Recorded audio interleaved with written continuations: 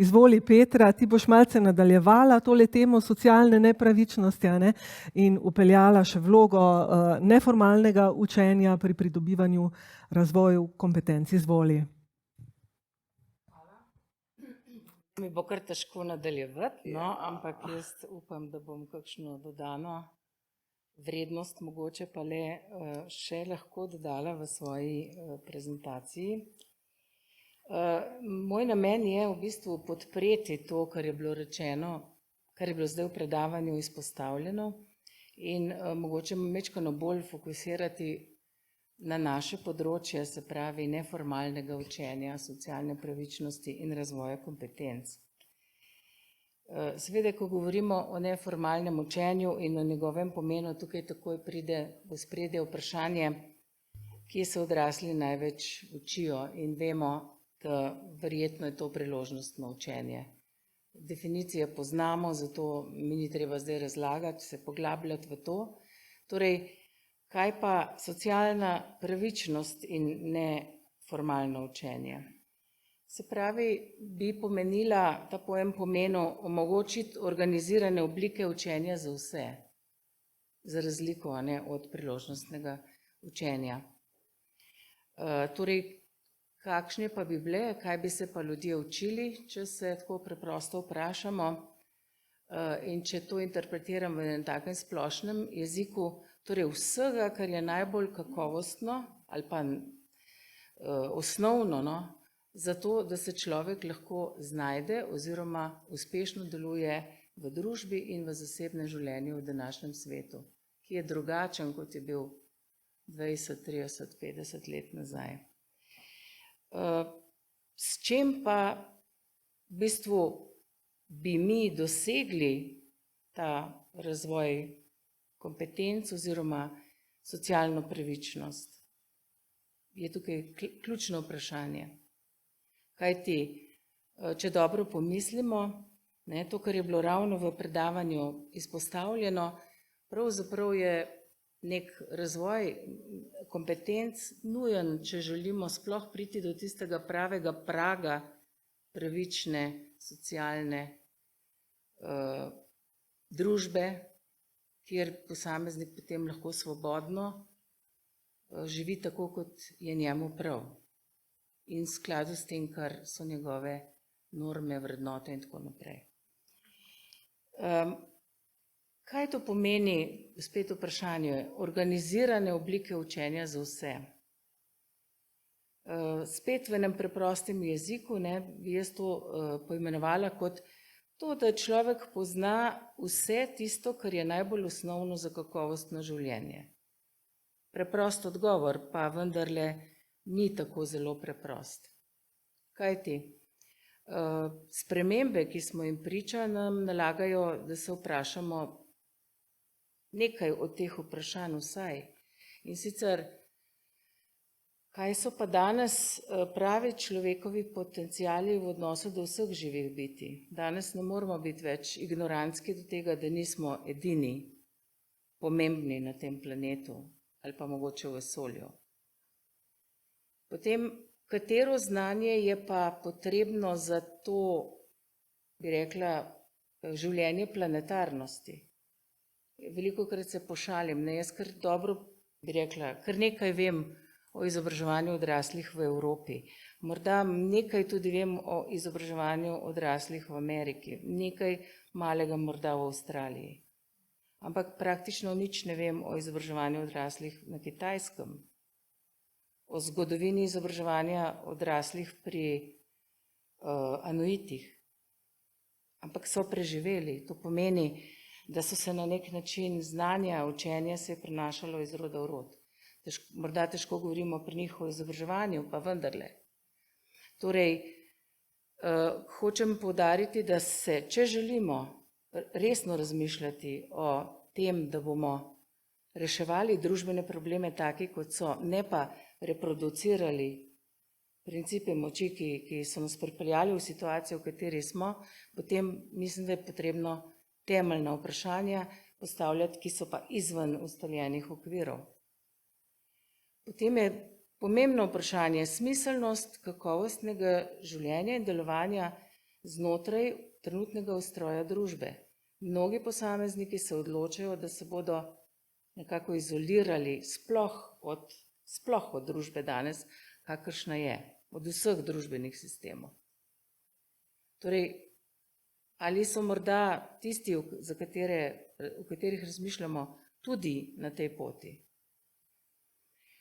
In potem, ali takrat, kot izobraževalci želimo delovati in izvajati naše poslanstvo, a resno pretehtamo to vprašanje nedotakljivost zasebnosti in individualnega pogleda na svet.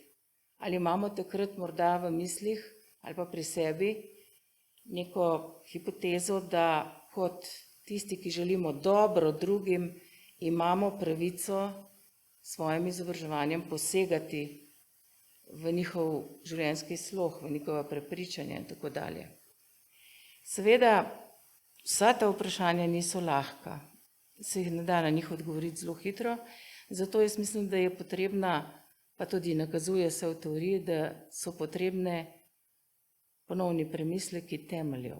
Torej, kaj je to enakost v tem kontekstu, kaj je to pravičnost, kaj je svoboda, kaj je sodelovanje, kot vemo, so to neke zelo pomembne premise, ki nas bodo nujno pripeljale k vprašanju razvitosti človekovih vrlin.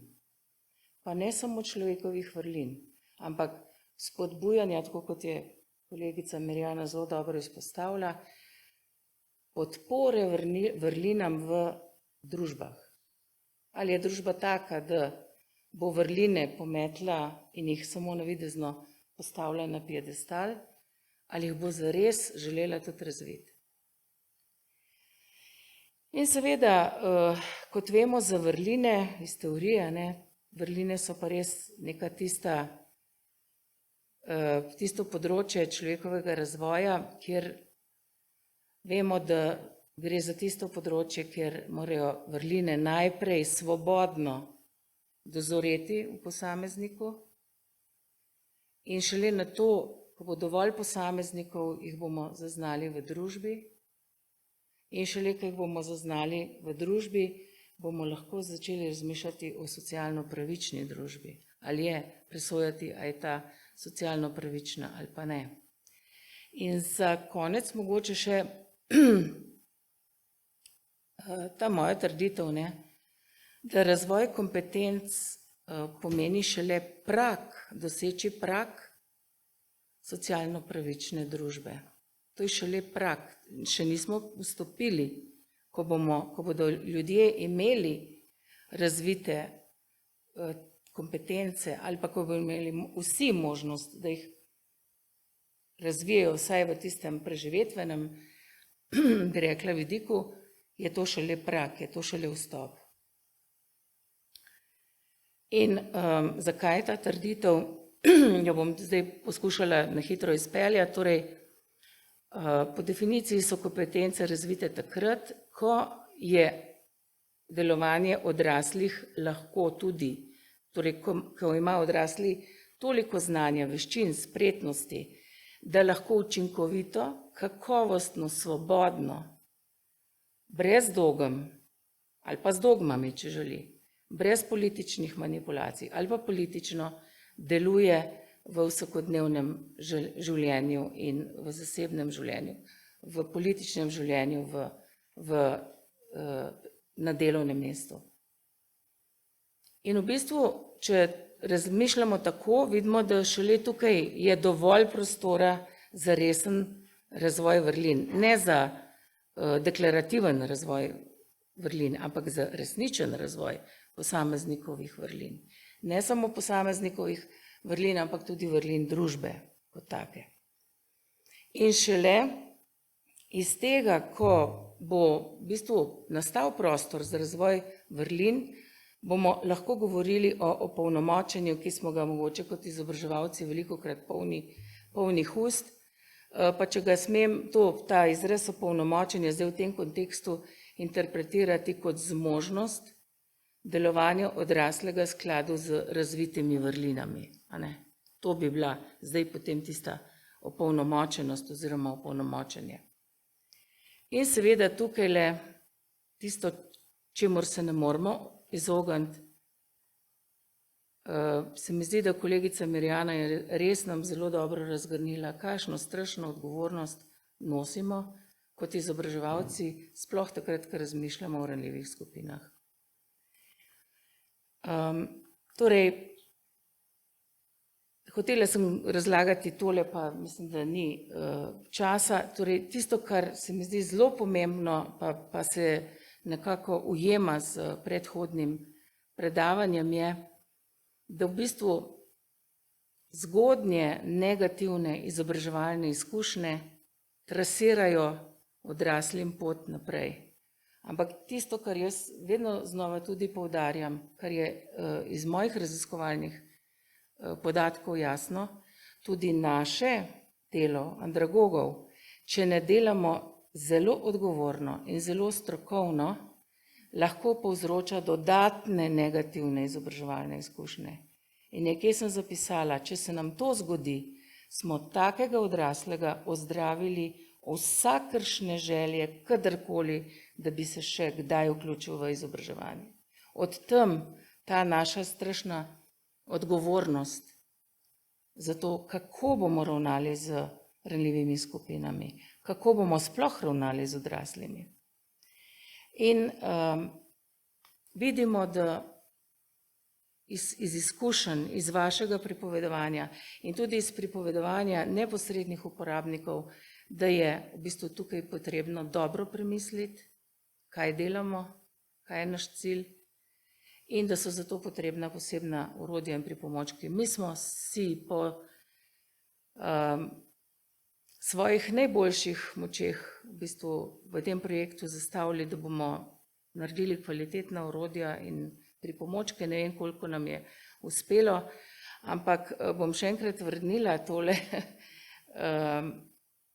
na zaslon, tako kot je kolegica Mirjana v svoji prezentaciji zapisala, se jaz res zelo pridružujem njenemu zaključku, torej in zaključku kolega, ki ga je citirala.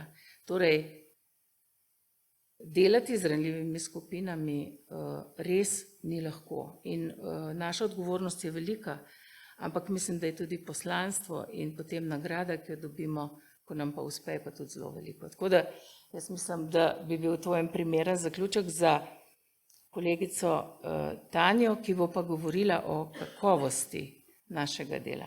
Hvala.